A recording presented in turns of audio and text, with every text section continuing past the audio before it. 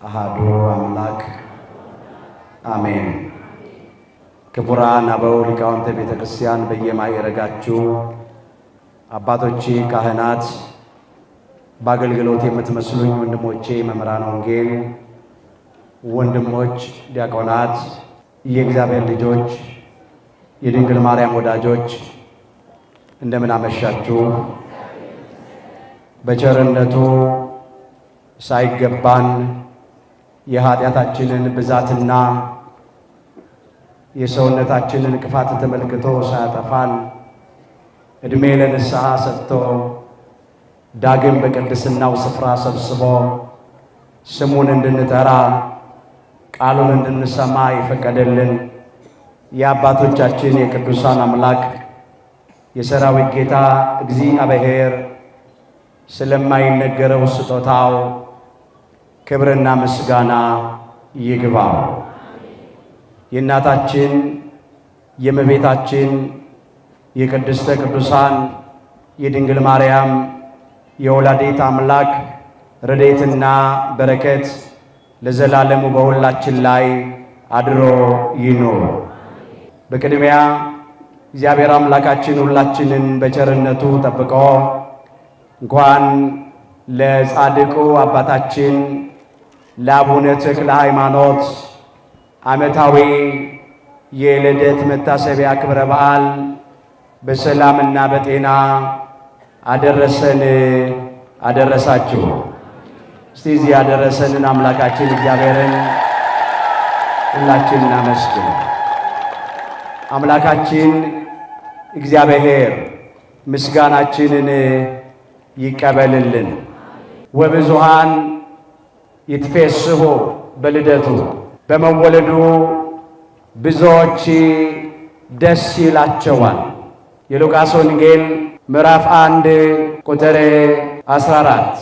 ለዛሬ አምላካችን እግዚአብሔር እንደረዳን መጠን በሚኖረን ጊዜ የምንማርበት የትምህርታችን ርዕስ ይህ ይሆናል። ዛሬ በዚህ ርዕስ ለመማር የመረጥንበት ምክንያታችን ሁላችንም እንደምናውቀው በዚህ ቀን የጻድቁ አባታችን የአቡነ ተክለ ሃይማኖትን ዓመታዊ የልደት መታሰቢያ በዓል እያከበርን ስለሆነ ነው። አበው ነገር ከስሩ ውሃ ከጥሩ ይላሉና ለትምህርታችን የሆነን ዘንድ ጥቂት ነገር እናነሳለን። በመጀመሪያ ይህ በርዕስነት ያነሳነውን ኃይለ ቃል የተናገረው ሊቀ መላእክት መጋቤ ሐዲስ ዜናዊ ሐዲስ አብሳሬ ትስብእት መላከ ብርሃን ፍሱሐ ገጽ ቅዱስ ገብርኤል ነው። ቅዱስ ገብርኤል ይህንን ቃል ለጊዜው የተናገረው ለካህኑ ለዘካርያስ ነው። ሁላችን እንደምናውቀው ካህኑ ዘካርያስና ባለቤቱ ቅድስት ኤልሳቤጥ ሃይማኖታቸውን አጽንተው ምግባራቸውን አቅንተው በቅዱስ ጋብቻ በንጹሕ መኝታ ይኖሩ ነበረ። ልጅ ግን አልነበራቸው። ስለዚህም አምላካችን እግዚአብሔር የካህኑን የዘካርያስንና የቅድስት ኤልሳቤጥን ጸሎት ተቀብሎ ልጅ ሊሰጣቸው ወደደ። ስለዚህም ሊቀ መላእክት ቅዱስ ገብርኤልን ወደ ካህኑ ወደ ዘካርያስ ላከ።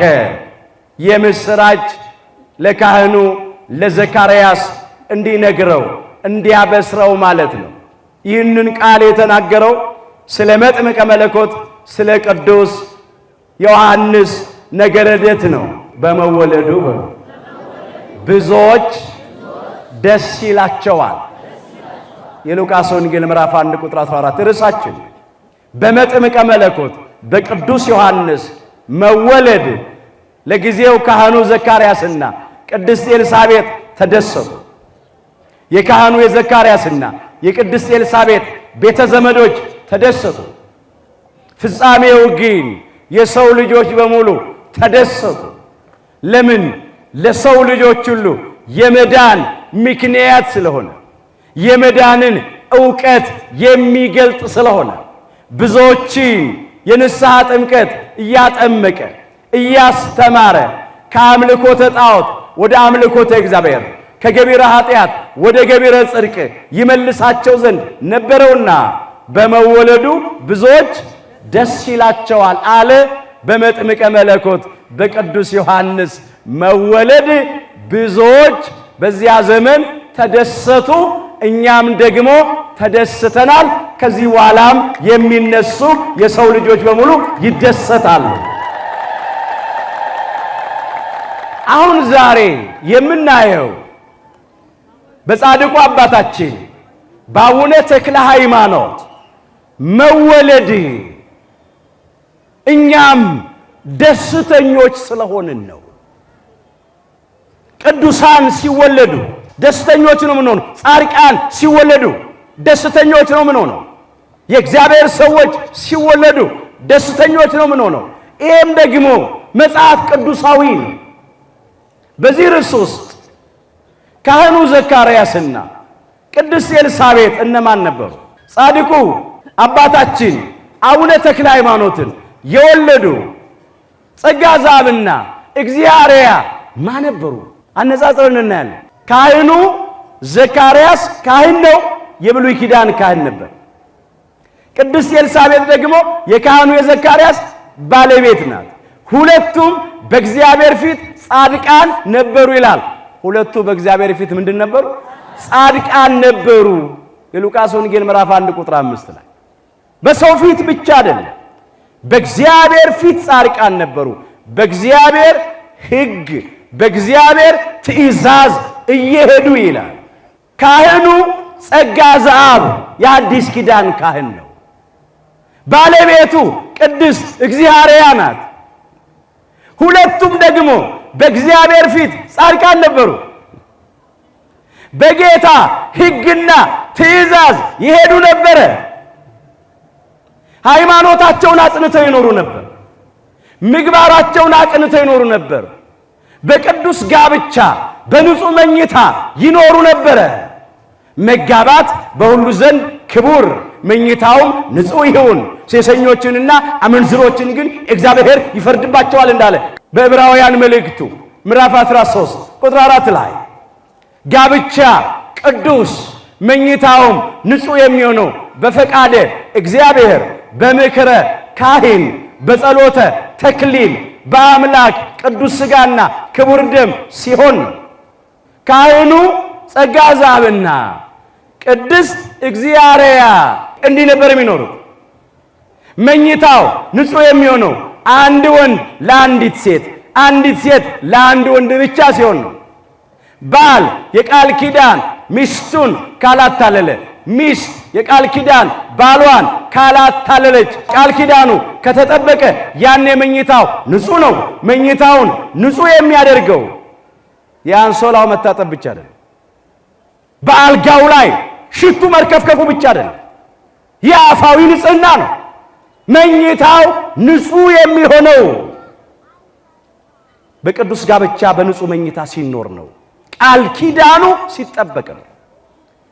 ልክ ካህኑ ዘካርያስና ቅድስት ኤልሳቤጥ ልጅ እንዳልነበራቸው ካህኑ ጸጋ ዘአብና ቅድስት እግዚአርያ ልጅ አልነበራቸው። ልጅ ስላልነበራቸው ወደ እግዚአብሔር ጸለዩ፣ ወደ እግዚአብሔር ለመኑ። ለምኑ ይሰጣችሁማል፣ እሹ ታገኙማላችሁ፣ መዝጊያን አንኳኩ ይከፈትላችሁማል እንዳለ አምላካችን ኢየሱስ ክርስቶስ የማቴዎስ ወንጌል ምዕራፍ 7 ቁጥር 7 ጀምሮ የሚለምን ሁሉ ይቀበላል፣ መዝጊያ ለሚያንኳኳ ሁሉ ይከፈትለታል፣ የሚሻ የሚፈልግ ሁሉ ያገኛል ነው። ለመኑ እግዚአብሔርን፣ ወደ እግዚአብሔር ጸለዩ። እግዚአብሔር ጸሎታቸውን አደመጠ፣ የልቡናቸውን መሻት ፈጸመላቸው። የለመኑትን የማይነሳ የነገሩትን የማይረሳ አምላካችን እግዚአብሔር ካህኑ ዘካርያስንና ቅድስት ኤልሳቤጥን እንዳሰባቸው ካህኑ ጸጋ ዘአብንና ቅድስት እግዚአርያን አሰባቸው። ስለዚህም ልጅ እንዲወልዱ ፈቃዱ ሆነ። በመጋቢት 24 ቀን ጻድቁ አቡነ ተክለ ሃይማኖትን ጸነሰች። ክብረ ምስጋና ለአምላካችን ለእግዚአብሔር ይሁን። ሁላችን እንደምናውቀው በታኅሳስ 24 ቀን ቅድስት እግዚአርያ ጻድቁ አባታችን አቡነ ተክለ ሃይማኖትን ወለደች፣ ተወለዱልን።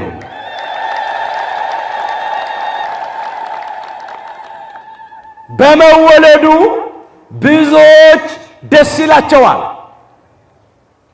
በመጥምቀ መለኮት በቅዱስ ዮሐንስ መወለድ ብዙዎች ደስ እንዳለን በኢትዮጵያዊው ጻድቅ በሐዲስ ሐዋርያ በፍስሐ ጽዮን በአባታችን ተክለ ሃይማኖት መወለድ እኛም ደስ አለን። ደስ ይበላችሁ። ደስ አለን፣ ደስ ይለናል። አትፈሩ፣ ወንጌል ነው። በመወለዱ ብዙዎች ደስ ይላቸዋል። ቅዱሳን ሲወለዱ፣ ጻድቃን ሲወለዱ፣ ደጋግ የእግዚአብሔር ባለሟሎች፣ የእግዚአብሔር ወዳጆች፣ የእግዚአብሔር አገልጋዮች ሲወለዱ ደስ ይለናል። ደስ የማይለው ሰይጣን ብቻ ነው። የእግዚአብሔር ሕዝብ ደስ ይለዋል። እውነተኛ ክርስቲያን ደስ ይለዋል። እኛም ደስ ብሎናል። ደስ ይበላችሁ።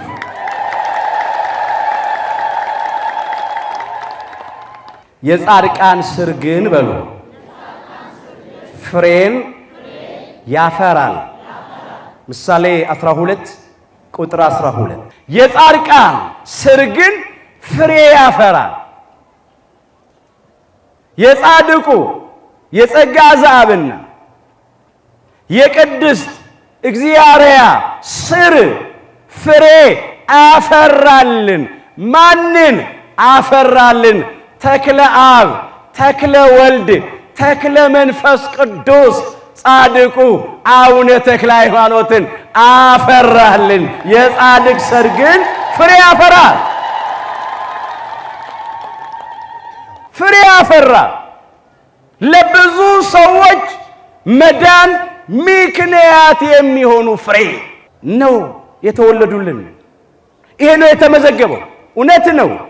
ጻድቃን በሃይማኖት ኖረው ምግባርን ያፈራሉ፣ ጽድቅ ይሰራሉ፣ በቅድስና በንጽህና ይኖራሉ፣ ይመላለሳሉ። የጻድቅ ሥር ግን ፍሬ ያፈራል ሲል ያንን ማለት ነው። ሌላው ትውልዱ የሚያፈራውን ፍሬ ነው።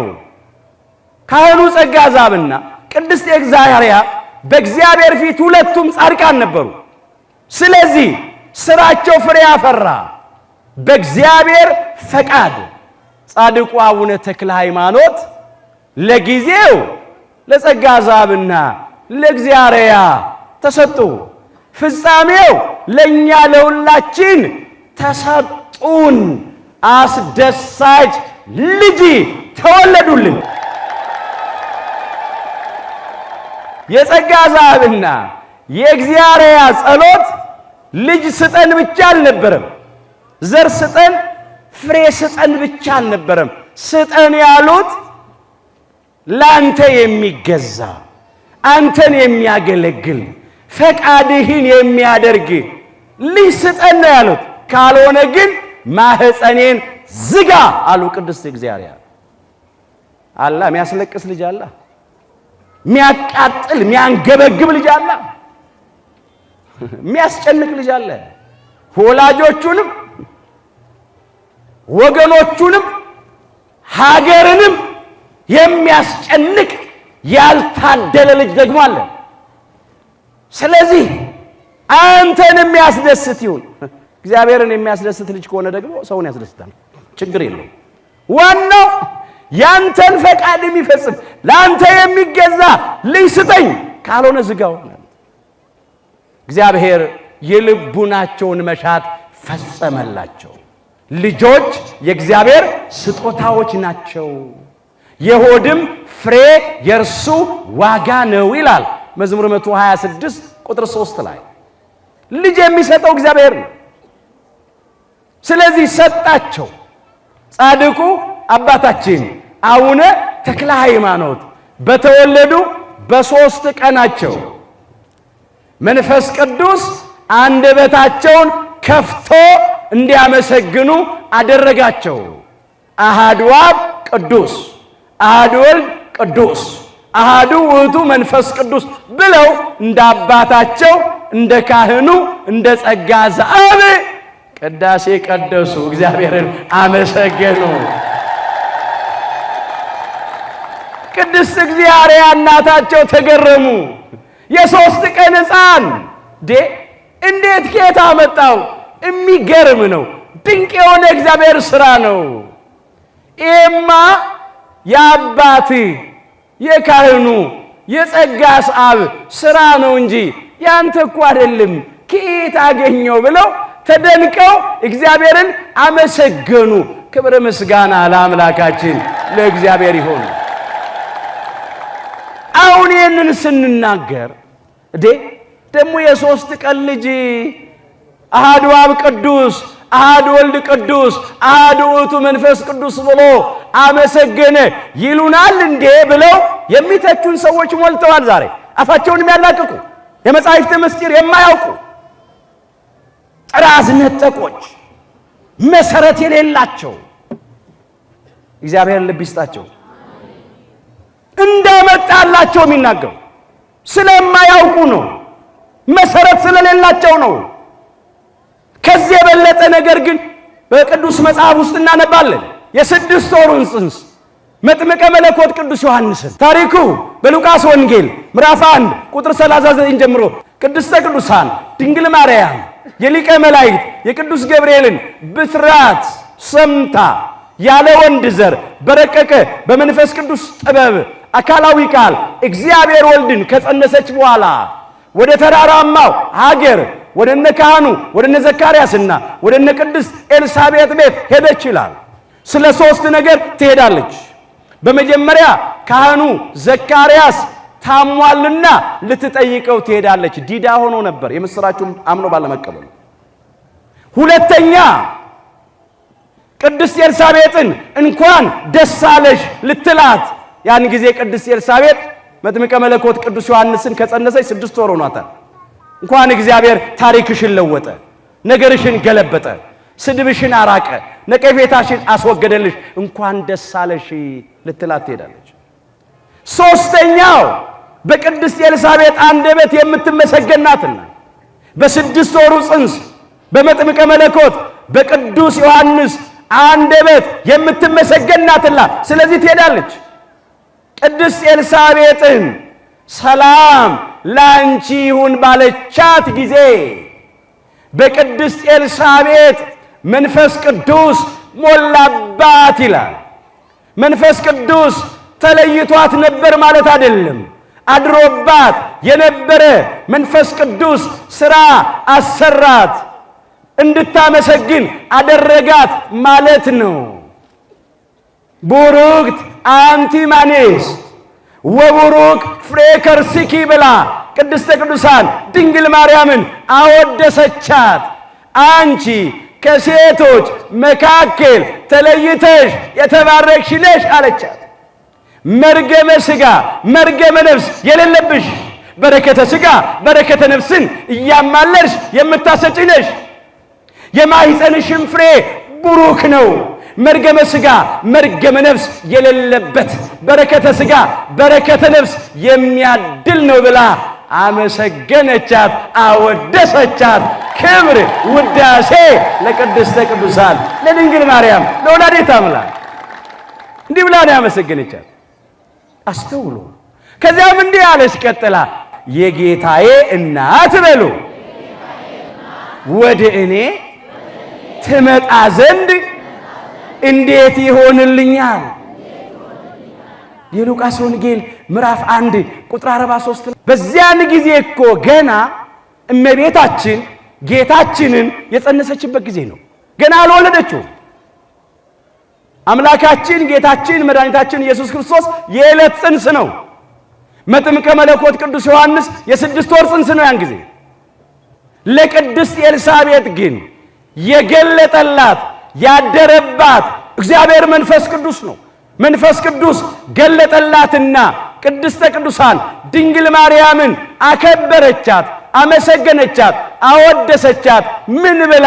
የጌታዬ እናት የአምላኬ እናት ወደ እኔ ወደ ባሪያዋ ትመጣ ዘንድ እንዴት ይሆንልኛል? አይገባኝም አለች። ለልማዱ ልጅ ወደ ወላጆቹ ወደ አያቶቹ ይሄዳል፣ የተለመደ ነው። ያን ጊዜ ቅድስተ ቅዱሳን ድንግል ማርያም የ15 ዓመት ብላቴና ናት። ቅድስት ኤልሳቤጥ የ98 ዓመት ባልቴት ናት። ምንም አዲስ ነገር የለም፣ በዕብራውያን የተለመደ ነው። ነገር ግን ቅድስት ኤልሳቤጥ ያየችው ያስተዋለችው የቅድስተ ቅዱሳን የድንግል ማርያምን የጌታችን እናት መሆኗን ነው።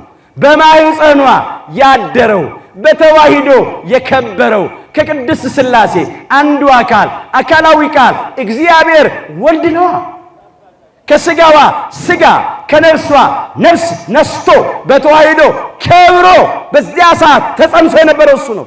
ስለዚህ የጌታዬ እናት አለች፣ መንፈስ ቅዱስ ስለገለጠላት። እንግዲያውማ የ15 ዓመት ብላቴና ናት እመቤታችን። ምንም አይደንቅም። ነገር ግን ክብሯ ታላቅ ስለሆነ እሷ መትሕተ ፈጣሪ ምልዕልተ ፍጡራን ናትና ከፈጣሪ በታች ከፍጡራን ሁሉ በላይ ናት። እሷን የሚያክል ከፍጥረታት መካከል ማንም የለም። ከፍጡራን ሁሉ ትበልጣለች። እሷ በፈጣሪና በፍጡራን መካከል አለች። ከዚያ ቀጠለች። የጌታዬ እናት ወደ እኔ ትመጣ ዘንድ እንዴት ይሆንልኛል አለችና እነሆ አለች የሰላምታሽ ድምፅ በሉ በጆሮዬ በመጣ ጊዜ በማኅፀኔ ያለው ጽንስ በደስታ ዘሏልና። በደስታ ዘለለ የሚለውን ቅዱሳን ሐዋርያት በሲኖዶሳቸው ሊቁ ቅዱስ ያሬድ እንዲሁ ሰገደ ብለው ወስደውታል። ሰገደ ለአምላካችን ለጌታችን ለመድኃኒታችን ለኢየሱስ ክርስቶስ የአምልኮ ስግደት ሰገደ። ለቅድስተ ቅዱሳን ለድንግል ማርያም ለወላዲተ አምላክ የጸጋ ስግደት ሰገደላት። ምን ያውቃል የ6 ወር ጽንስ? እውነት ነው፣ ምንም አያውቅም። ያደረበት መንፈስ ቅዱስ ነዋ። ገና በሉ በእናቱ ማኅፀን ሳለ መንፈስ ቅዱስ ይሞላበታል። የሉቃስ ወንጌል ምዕራፍ 1 ቁጥር 5 ላይ ሊቀ መላእክት ቅዱስ ገብርኤል ካህኑ ዘካርያስን ባበሰረው ጊዜ የነገረው ቃል ነው። መጥምቀ መለኮት ቅዱስ ዮሐንስ ገና በእናቱ በቅድስት ኤልሳቤጥ ማኅፀን ሳለ የ6 ወር ጽንስ ሳለ ሳይወለድ መንፈስ ቅዱስ በጸጋ አደረበት። ስለዚህ የተሰወረ ምስጢር ገለጠለት። አይገርማችሁ? በቅድስት ኤልሳቤጥ ማኅፀን ያለ የ6 ወር ጽንስ በቅድስተ ቅዱሳን በድንግል ማርያም ማኅፀን ላለው ለዕለት ጽንስ ለአምላካችን ለጌታችን ለመድኃኒታችን ለኢየሱስ ክርስቶስ የአምልኮት ስግደት ሰገደ። አገልግሎት በማኅፀን የጀመረ አምልኮት በማኅፀን ጀመረ። ምስጋና በማኅፀን ጀመረ። የታደለ ጽንስ በእናቱ ማኅፀን ጀምሮ እግዚአብሔርን ያመሰግናል። እመቤታችንን ያመሰግናል፣ ያወድሳል። ለእመቤታችን የጸጋ ስግደት ይሰግዳል። ድምጿን ሰምቶ ደስ ይለዋል። ስትመጣ ስሟ ሲጠራ እሷ ስትናገር ደስ ይለዋል። መንፈስ ቅዱስ ያደረበት እንደዚህ ነው። አይሳደብም። መንፈስ ቅዱስ ከፍሬያቸው ታውቋቸዋላችሁ ይላል የእግዚአብሔር ቃል። የማቴዎስ ወንጌል ምዕራፍ 7 ቁጥር 15 ላይ የበግ ለምድ ለብሰው ከሚመጡባችሁ በውስጣቸው ግን ነጣቂ ተኩላዎች ከሆኑ ከሐሰተኞች ነቢያት ተጠንቀቁ አለ። ከፍሬያቸው ታውቋቸዋላችሁ። የበግ ለምድ ለብሰው ከሚመጡ አለ።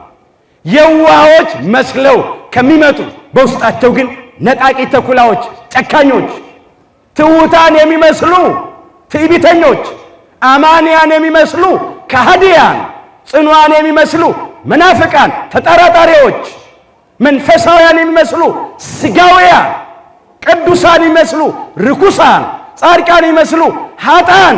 እሺስ በግና ተኩላ አብረው አይኖሩም። የበግ ለምድ ለብሰው ከሚመጡባቸው ውስጥ ውላያቸው ሲቅለሰለሱ፣ ሲያባብሉ፣ ሲያቆላምጡ፣ መጽሐፍ ሲጠቅሱ፣ ስሙን ሲጠሩ ያ የበግ ለምድ ነው። በውስጣቸው ግን ነጣቂ ተኩላዎች ናቸው፣ ክፉዎች ናቸው፣ አውሬዎች ናቸው። እግዚአብሔር ከሰው ተኩላ ያድነን። ስንት በጎች በተኩላዎች ተነጠቁ። ተጠንቀቁ ከሐሰተኞች መምህራን፣ ከሐሰተኞች ነቢያት፣ ከሐሰተኞች እግዚአብሔር እናውቃለን ወንጌል እንሰብካለን ባዮች። ከፍሬያቸው ታውቃቸዋላችሁ። መንፈስ ቅዱስ አድሮብናል ካሉ እንደ ቅድስት ኤልሳቤጥ የጌታዬ እናት ወደ እኔ ትመጣ ዘንድ እንዴት ይሆንልኛል ነው የሚሉት። መንፈስ ቅዱስ ቢያድርባቸው እንዴ የሚሉት አንቺ ከሴቶች መካከል ተለይተሽ የተባረክሽ ነሽ ነው የሚሉት። የማኅፀንሽም ፍሬ ቡሩክ ነው ነው የሚሉት። እጅ እሷ ከማ ትበልጣለች፣ እኛም ብንኖር በዘመናችን እንወልደዋለን ምናምን። ይሄ ከመንፈስ ርኩስ ነው። ከፍሬያቸው ታውቋቸዋል። ፍሬውን ማየት ነው በቃ። መራራ ፍሬ፣ የጥርጥር፣ የክህደት፣ የሐሰት ፍሬ ከዲያብሎስ ነው። መንፈስ ቅዱስ ያደረባትማ ቅድስት ኤልሳቤጥ አመሰገነቻት፣ ራሷን ዝቅ አድርጋ በትሕትና። መንፈስ ቅዱስ ያደረበት መጥምቀ መለኮት ቅዱስ ዮሐንስማ ድምጿን ሲሰማ ደስ አለው፣ የጸጋ ስግደት ሰገደላት። አሁን እኮ 6 ወር ስለሞላው በማህፀን ተገላበጠ፣ ተንቀሳቀሰ እኮ አይደለም ያለው። ምንድን ያለችው ቅድስት ኤልሳቤጥ? የሰላምታሽ ድምፅ በጆሮዬ በመጣ ጊዜ ጽንሱ በማህፀኔ ዘለለ። ብቻ አይደል? በምን ዘለለ? ነጥቡን ይሁት። በምን ዘለለ? በደስታ ዘለለ። ድምፅሽን ሲሰማ ደስ አለው፣ ሰላምታሽን ሲሰማ ደስ አለው። እኛም ስሟ ሲጠራ ደስ ይለናል፣ እንዘላለን።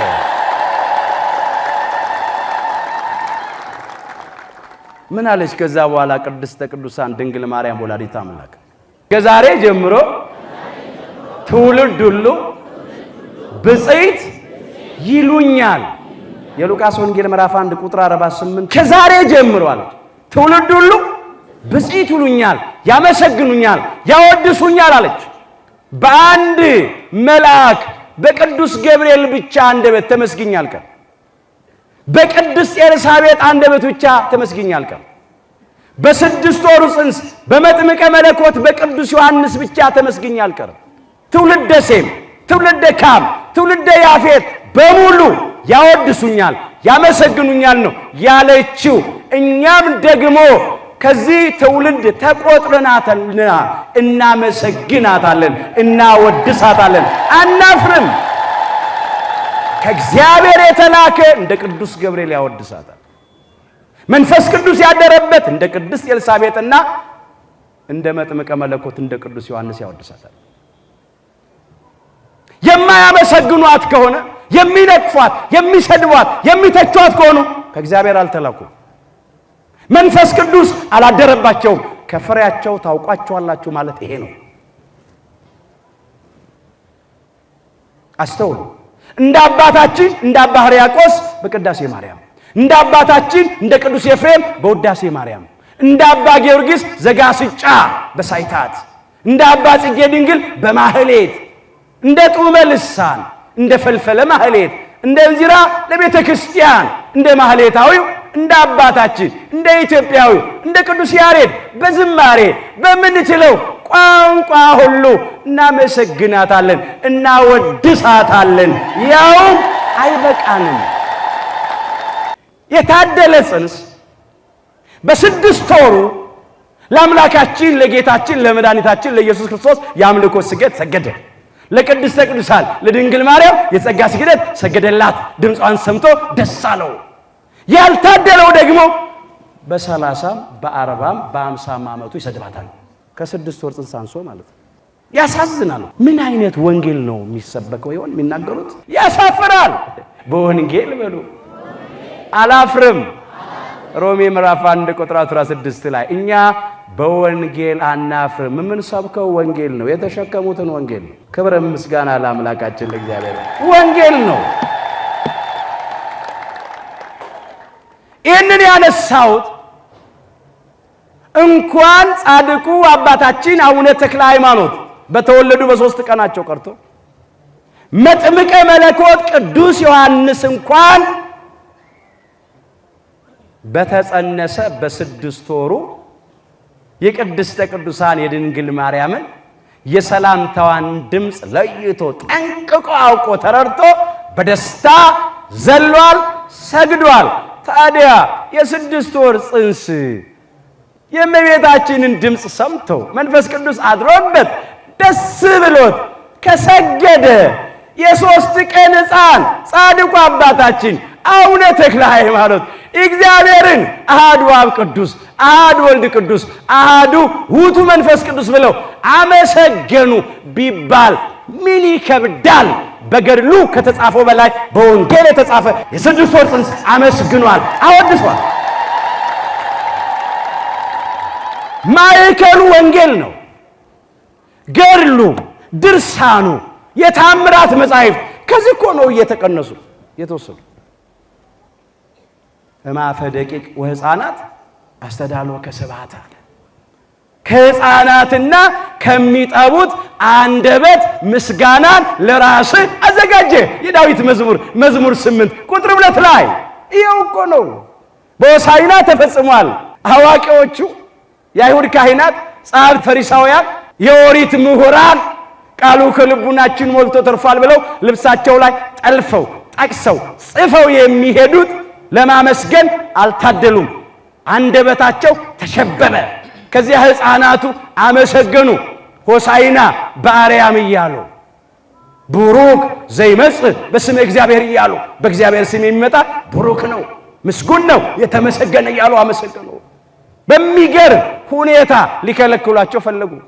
ምን አለ አምላካችን ኢየሱስ ክርስቶስ? እንዴ ከሕፃናትና ከሚጠቡት አንደበት ምስጋናን ለራስህ አዘጋጀ ተብሎ የተጻፈውን ቃል ያነበባችሁበት ጊዜ የለም? ምን አላቸው? የማቴዎስ ወንጌል ምዕራፍ 21 ቁጥር 16 ላይ በቃላቸው ነው ዳዊቱን የሚደግሙት። መጽሐፍ እያነበቡ ሳይሆን በቃላቸው በልተውታል። እና እንዴ ይሄ እንዲህ የሚለውን አላነበባችሁም? እሱ እኮ ነው የተፈጸመው አለ። ለምን ተከለክሏቸዋላችሁ? ደግሞ እናንተ ብትከለክሏቸው፣ ሕፃናቱን ብትከለክሉ ድንጋዮች ያመሰግኑኛል አለ። ድንጋይ ሲል በቁሙ ድንጋይ ያመሰግነዋል። ሚሳነው ነገር የለም። እኛንም እኮ ከአፈር ነው የፈጠረው። እግዚአብሔር አምላክም ሰውን ከምድር አፈር አበጀው፣ በአፍንጫውም ሕይወትን እስትንፋስ እፍ አለበት፣ ሰውም ሕያው ነፍስ ያለው ሆነ። ዘፍጥረት 2 ቁጥር 7 ነው። ይሄ የለበስነው ሥጋ አፈር ነው፣ ጭቃ ነው። እፍ ከተባለብን ከሕይወት እስትንፋስ የተነሳ ሕያዋን ነው። ሌላው ድንጋዮች ያመሰግኑኛል አለ። ድንጋይ የሚያመልኩ ጣዖት የሚያመልኩ ድንጋይ አምላኪዎች ድንጋዮች የምትሏቸው አሕዛብ ያመሰግኑኛል። ብዙዎች ከቤተ አሕዛብ ከአምልኮተ ጣዖት ወደ አምልኮተ እግዚአብሔር ከገቢረ ኃጢአት ወደ ገቢረ ጽድቅ ተመልሰው አምነው እሱን አመስግነውታል። እሱን እያመለኩ ኖረው አልፈዋልና ለዚህ ያነሳ ማለት ነው። እንኳን ሕፃኑ ጻድቁ አባታችን አቡነ ተክለ ሃይማኖት ቀርቶ ከፈቀደ ድንጋይ ያመሰግነዋል። የ6 ወር ጽንስ አመስግኖታል። የበለዓም አህያ በሰው ቋንቋ ተናግሮ የነብዩን እብደነት አግዶ የለ እንዴ?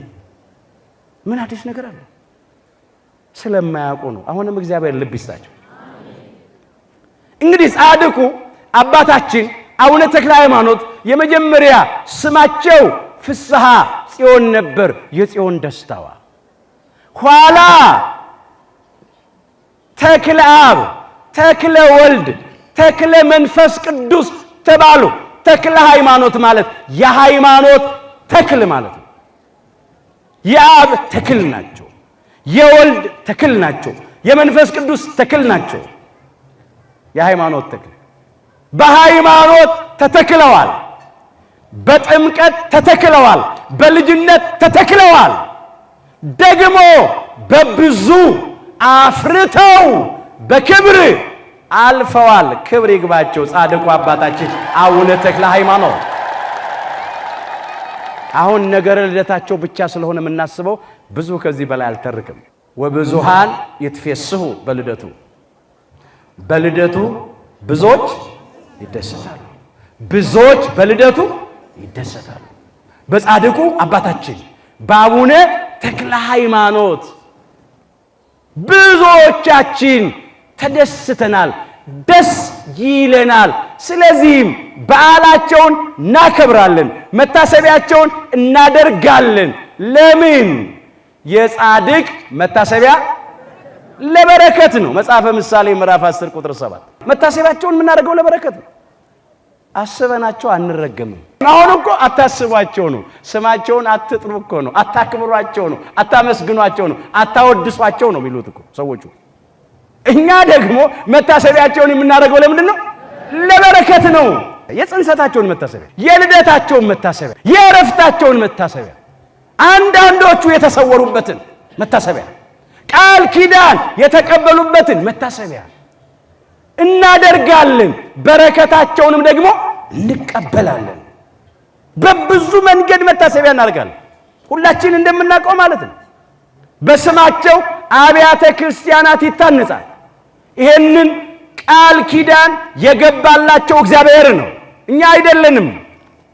እኛ ደግሞ እግዚአብሔር አድርጉ ያለንን እናደርጋለን። እግዚአብሔር ያዘዘንን ነው የምናደርገው።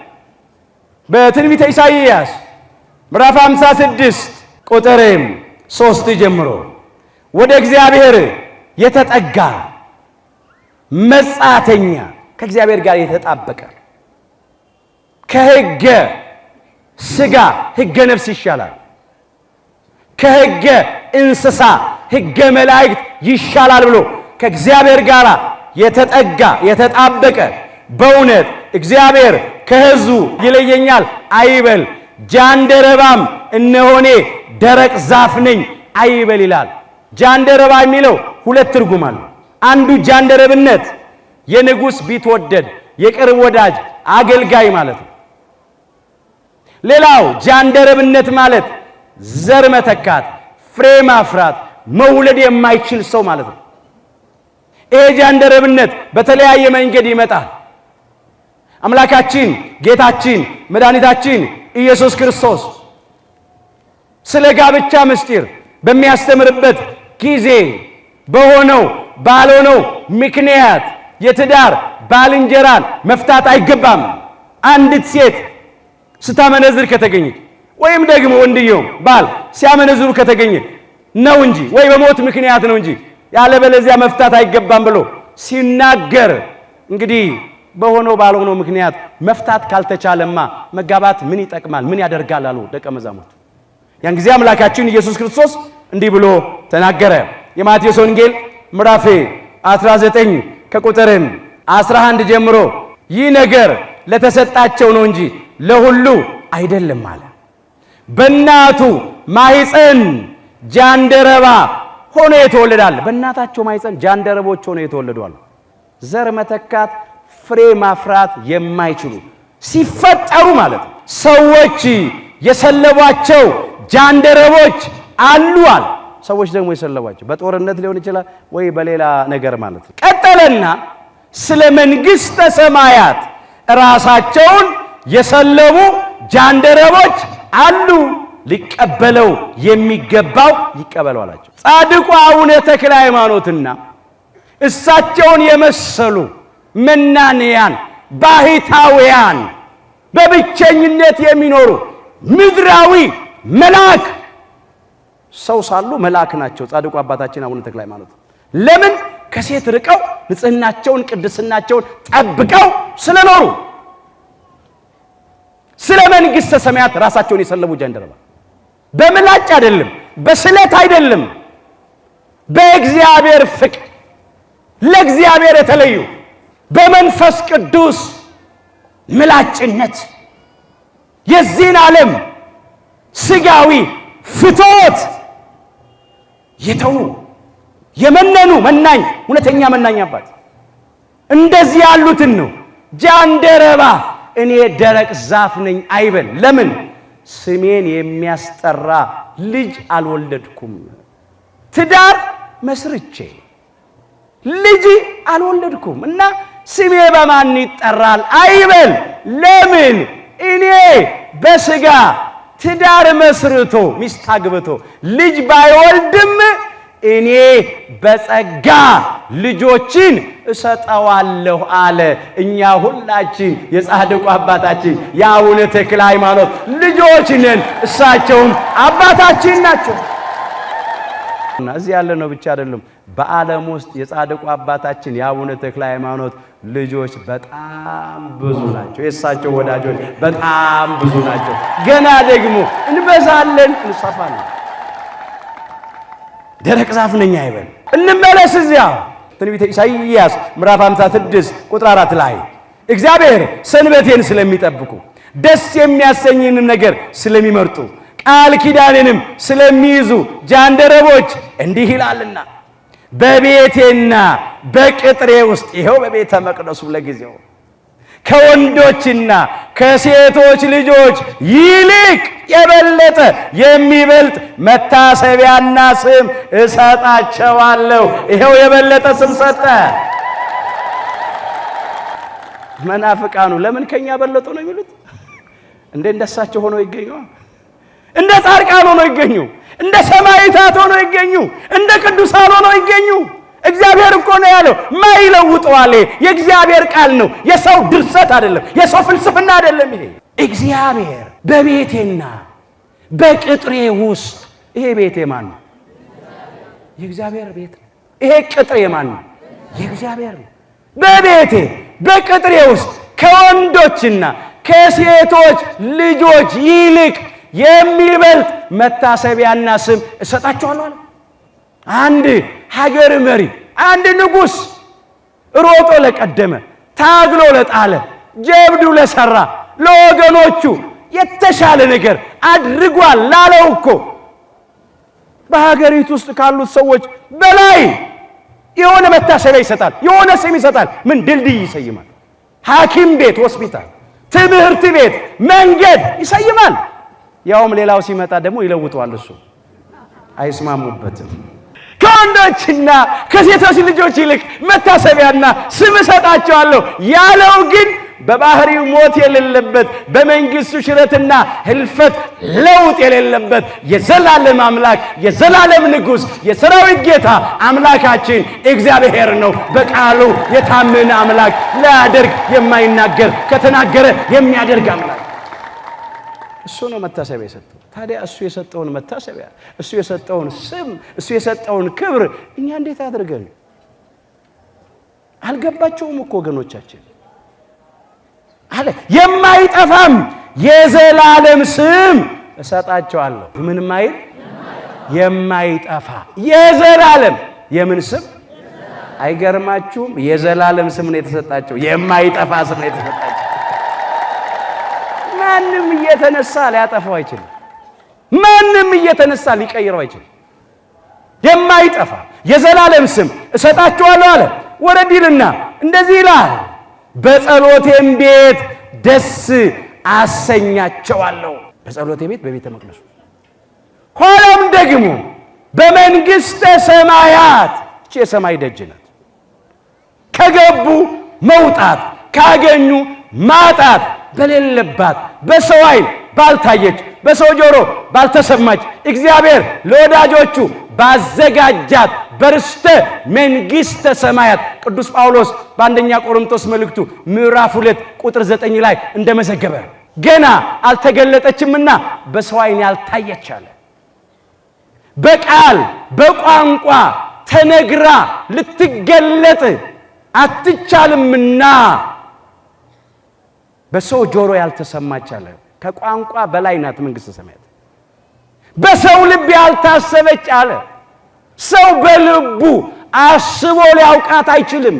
አንዳንድ ጊዜ ሰው በምድር ያሉ ቤተ መንግስቶችን እንኳን ገብቶ ካየ በኋላ ለሌላው ሲናገር ምን ይመስላል ሲባል አይ እንዴት አድርጌ ልግለጥልህ እንዴት አድርጌ ላስረዳ ከሐሳብ በላይ ነው ባክህ አንተ በአይን ሄደ ካላየኸው እንደኔ ብነግርህ አትረዳኝም ነው ሰው የሰራውን እንኳን ይሄንን ያህል ካደነቀ እግዚአብሔር ያዘጋጃት መንግስተ ሰማያትማ የቱን ያህል ይሆን ክብሯ ታላቅ ነው ጻድቃን እንደ ፀሐይ በእግዚአብሔር መንግስት ያበራሉ ክብር ምስጋና ለአምላካችን ለእግዚአብሔር ይሁን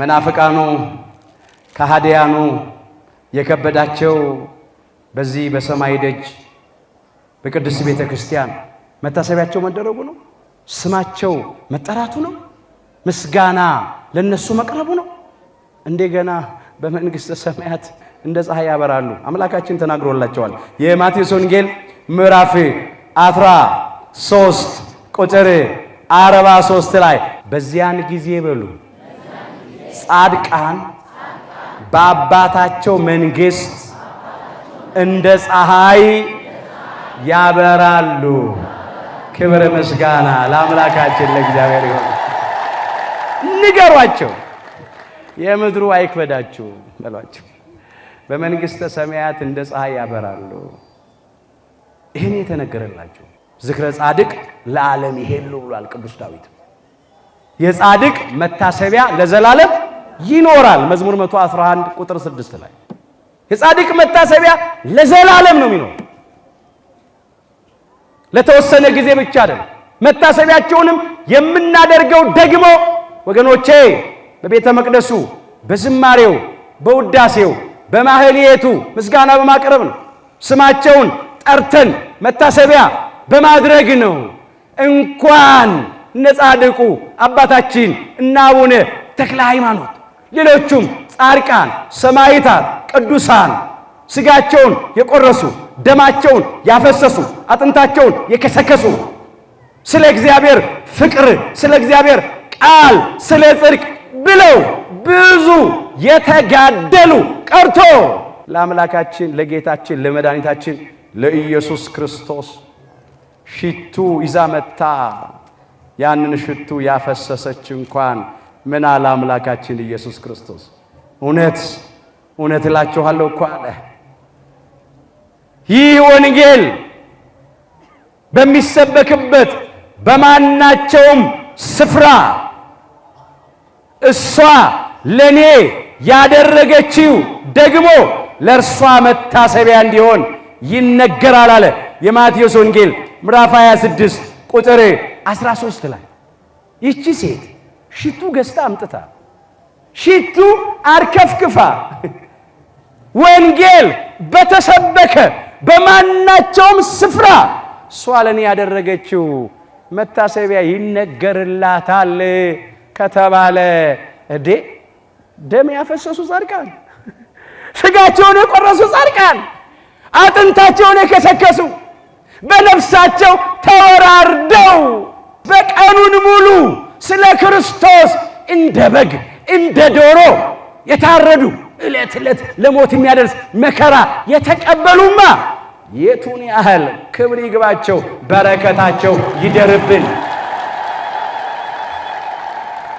መታሰቢያቸውን ለተራበ በማጉረስ ለታረዘ በማልበስ ለተጠማ በማጠጣት ለድሃ ቸርነት በማድረግ እናደርጋለን ከዚያም እነሱ የሚቀበሉትን ዋጋ እኛም እንቀበላለን አምላካችን ኢየሱስ ክርስቶስ እንደዚህ ብሏል ጻድቅን በሉ በጻድቅ ስም የሚቀበል የጻድቁን ዋጋ ይወስዳል የማቴዎስ ወንጌል ምዕራፍ 10 ቁጥር 41 እሱ ነው ያለው የአምላክ ቃል ነው ወንጌል ነው ጻድቃንን በጻድቃን ስም መቀበል በስማቸው በጎ እናደርጋለን ስለዚህም እነሱ ያገኙትን ዋጋ እኛም እናገኛለን በቸርነቱ በቃል ኪዳናቸው ቀዝቃዛ ጽዋ ውሃ ያጠጣ ዋጋ አይጠፋበትም ቀዝቃዛ ጽዋ ውሃ በየቤቱ ስላለ ነው የበለጠማ ያደረገ ሰው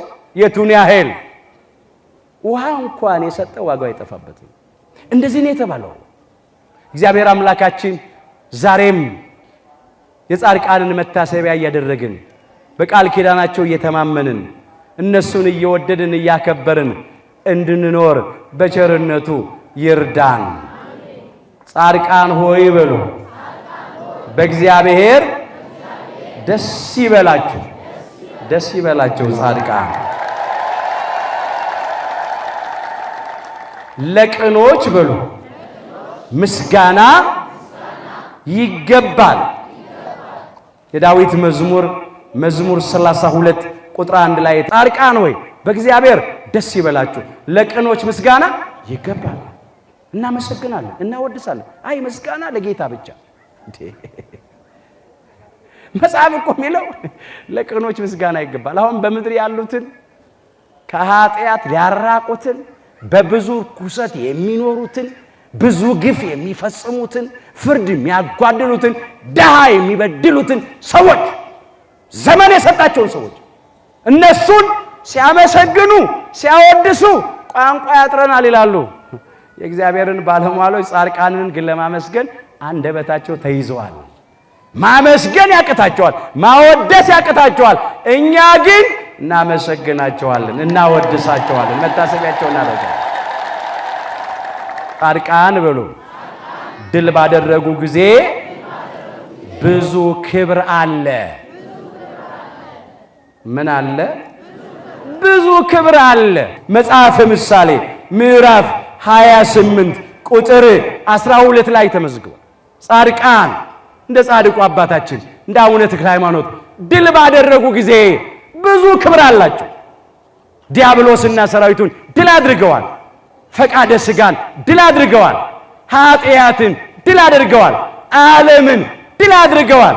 አሕዛብን መናፍቃንን ድል አድርገዋል። ስለዚህ ብዙ ክብር አላቸው። እግዚአብሔር አክብሯቸዋል፣ እኛም እናከብራቸዋለን። እግዚአብሔር ወዷቸዋል፣ እኛም እንወዳቸዋለን።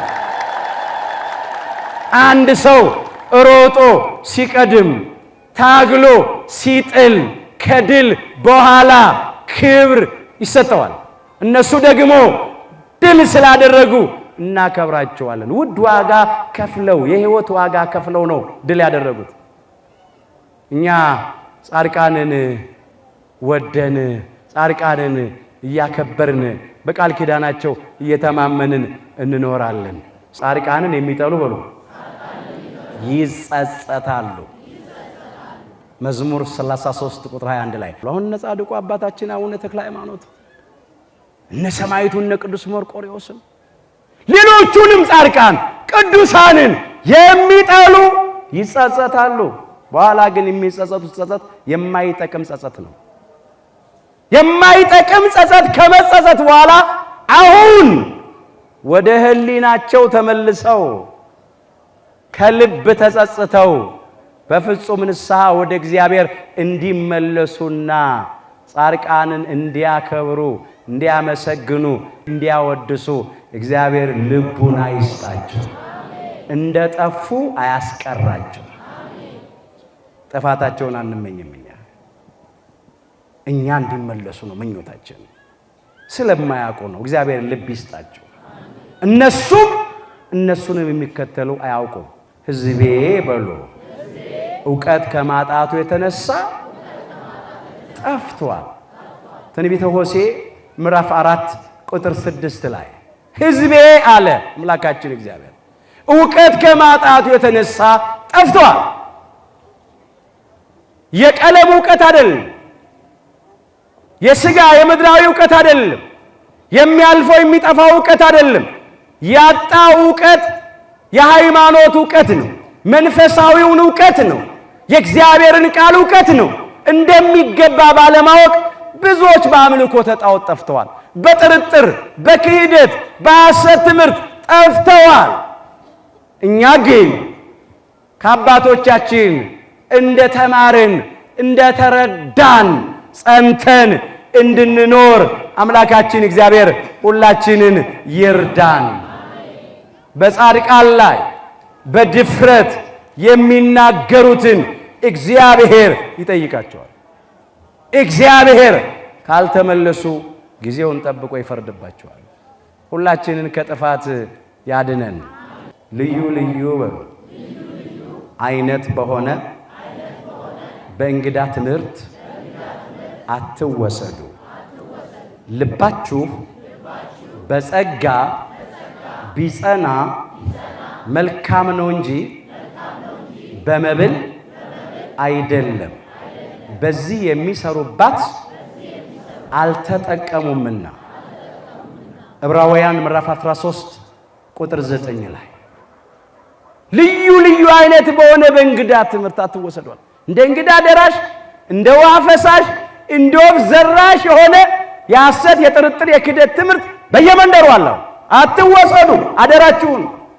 ልባችሁ በጸጋ ይጽናን ያለው በመንፈስ ቅዱስ ጸጋ ባገኘነው በልጅነት ጸጋ፣ በወንጌል ጸጋ፣ በቅዱስ ሥጋው በክቡር ደሙ ጸጋ ጸጋ ሆነው በተሰጡን በቅዱሳን በጻድቃን በሰማዕታት በተለይም በቅድስተ ቅዱሳን በድንግል ማርያም በወላዲተ አምላክ ቃል ኪዳን በቤተ መቅደሱ ባለው ስፍር ቁጥር በሌለው ጸጋ በመስቀሉ ጸጋ ልባችሁ ይጽና አለ።